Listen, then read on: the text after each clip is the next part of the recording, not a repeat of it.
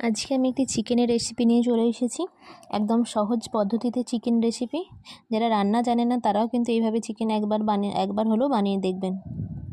একদম সহজ পদ্ধতিতে তৈরি করা হয়েছে। তো আমি এটি কীভাবে তৈরি করেছি সেটাই আপনাদের সাথে শেয়ার করব।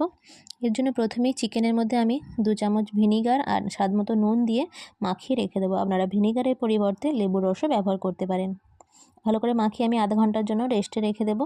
এদিকে একটি প্যানের মধ্যে আমি নিয়েছি দারুচিনি, এলাচ, ছোট এলাচ, বড় এলাচ 2 রকমই নিয়েছি। দিয়ে দেবো লবঙ্গ, গোলমরিচ আর মৌরি। দিয়ে দেবো ধনে, 1 চামচ মৌরি দিয়েছি, 2 চামচ ধনে দিয়েছি। আর দিয়ে দেবো 4 থেকে 5টা শুকনো লঙ্কা। সব কিছু ভালো করে শুকনোভাবে আমি ভেজে নেব। ভেজে নিয়ে আমি গুঁড়ো করে নিয়েছি। এদিকে একটি কড়ার মধ্যে সর্ষের তেল গরম করে দিয়ে দেবো কুচি করা পেঁয়াজ। একটি বড় সাইজের পেঁয়াজ আমি কুচি করে ব্যবহার করছি। পেঁয়াজটিকে লাল লাল করেই ভাজতে হবে, একদমই লাল করে। পেঁয়াজটি কিন্তু কাঁচা থাকা যাবে না। দেখতেই পাচ্ছেন পেঁয়াজ লাল করে ভাজা হয়ে গেছে। এবার এর মধ্যে দিয়ে দেবো আদা রসুনের পেস্ট। আদা রসুনের পেস্টটা দিয়ে ভালো করে আমি নেড়ে নেবো। দিয়ে দেবো নুন, হলুদ গুঁড়ো, কাশ্মীরি লাল লঙ্কার গুঁড়ো। সব কিছু দিয়ে আবারও ভালো করে আমি ভেজে নেব তেলের সাথে। তেল ছেড়ে এলে এবার দিয়ে দেবো এর মধ্যে চিকেন।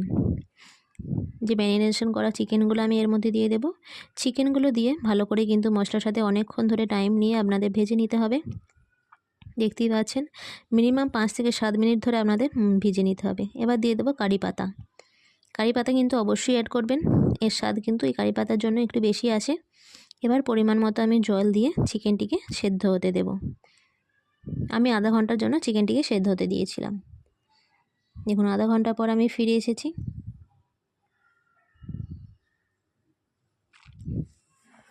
এবার এর মধ্যে ভাজা মশলাটি আমি অ্যাড করব। ভাজা মশলাটি অ্যাড করে আবারও বেশ খানিকক্ষণ ধরে আমি ফুটিয়ে নেব।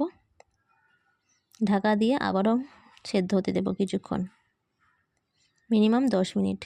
10 মিনিট পর দেখুন চলে এসেছি। চিকেনের কালারটা কতটা চেঞ্জ হয়ে গেছে। চিকেন আমার এদিকে একদম সেদ্ধ হয়ে গেছে। রেডি আমার একদম সহজ পদ্ধতিতে চিকেনের রেসিপি।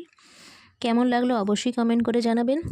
আমার ভিডিও ভালো লাগলে অবশ্যই লাইক করে সাবস্ক্রাইব করে পাশে থাকবেন। আর যদি ফেসবুক থেকে দেখেন অবশ্যই ফলো করে রাখবেন। আপনারা কে কোথা থেকে ভিডিও দেখছেন অবশ্যই কমেন্টে জানাবেন।